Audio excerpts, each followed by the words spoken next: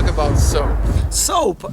Are you telling me that there is something to be said about soap? I mean, what's wrong with what I use? I use Dial. John, it does make a difference. So I don't want to talk bad about brands, so I don't want to say anything about your brand, but let's talk about the brands I recommend, okay? All right. So what I'm recommending that you switch to is this Aramea, which is a lavender neem soap. So this is based on Ayurvedic, which is Indian traditions. The problem that we have with most soap is that your skin has natural oils on it. Right. So what you want to do is you want to maintain those oils, but you just want to cleanse. A lot of soaps are just stripping everything off your skin. This soap, you can find a nice lather you can put on your face, you can put on your hair, you can do your whole body with the same soap. Now, what do you do when you lather up soap? What usually happens, John? What happens? I start putting it all over my body. Yeah, so it forms a nice lather? Yeah. Well, that's because you've been accustomed and you've been told that it needs to form that nice foamy lather. Right. What it's using is a sodium lauryl sulfate, and that is a toxin. The only reason they put that in soaps and a lot of products is to give it that foaming sensation. But what it's actually doing is it's anything you put on your skin is going to go into your skin. So that's going to go into your skin and your body has to detox it out. So while you think you're cleansing your skin with this product, you're actually just causing your body to have to detox all these toxins out of it. This, I could eat anything in the soap I can eat, because if I'm going to put it on my skin, it's going in my body anyway, so I should be able to eat it. Well, with a product like this, I mean, it's a cute box and everything, but where can I pick it up at? Can I go to my local CVS or my local Kroger's or my local supermarket to pick that up?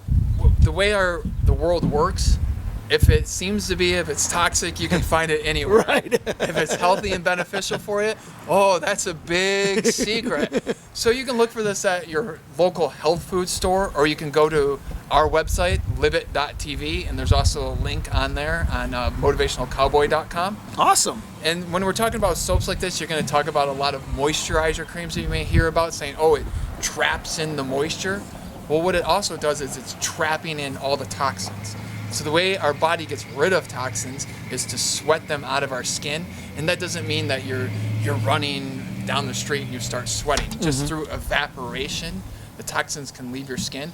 If you coat them with Dial soap or some sort of body wash that you may use or some sort of lotion, that's going to block those pores, and your body's not going to eliminate toxins.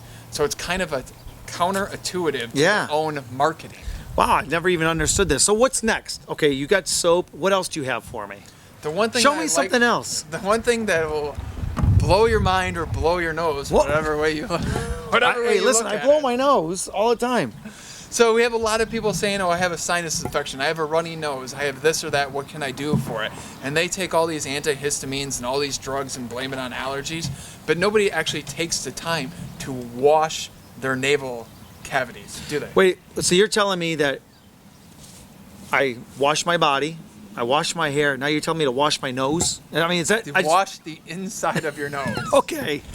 So how do you do that? A lot of people have I've never heard of it. A neti pot.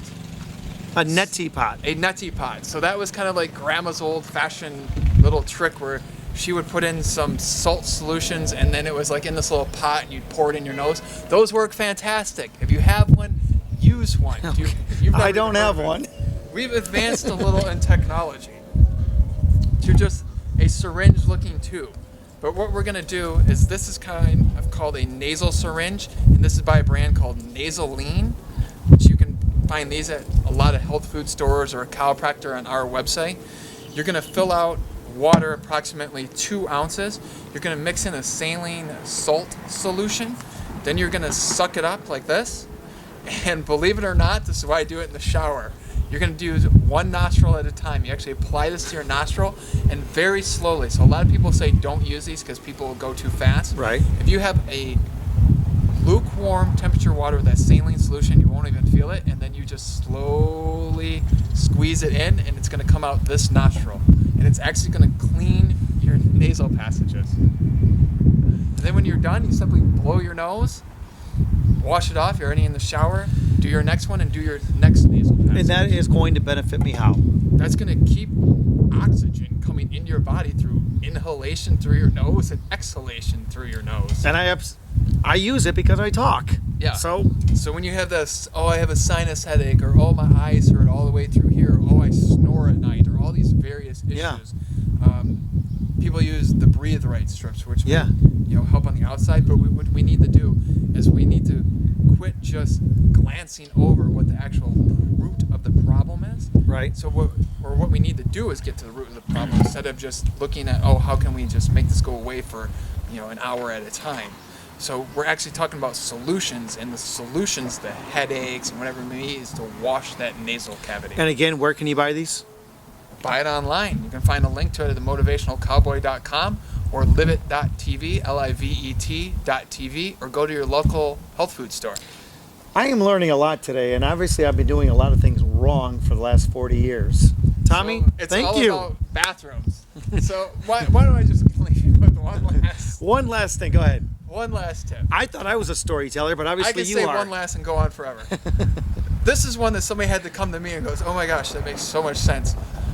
Before you flush your toilet, put your toilet seat down and then flush it.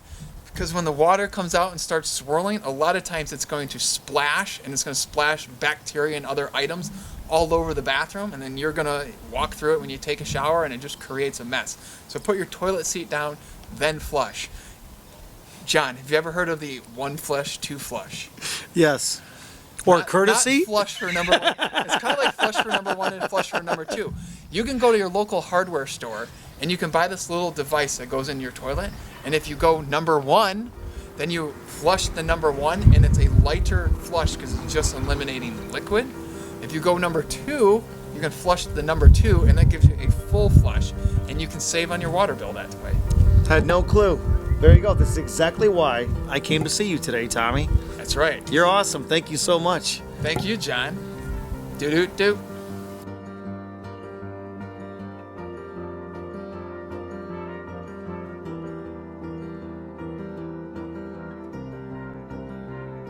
There's only one disease, and we believe that that one disease only has two symptoms.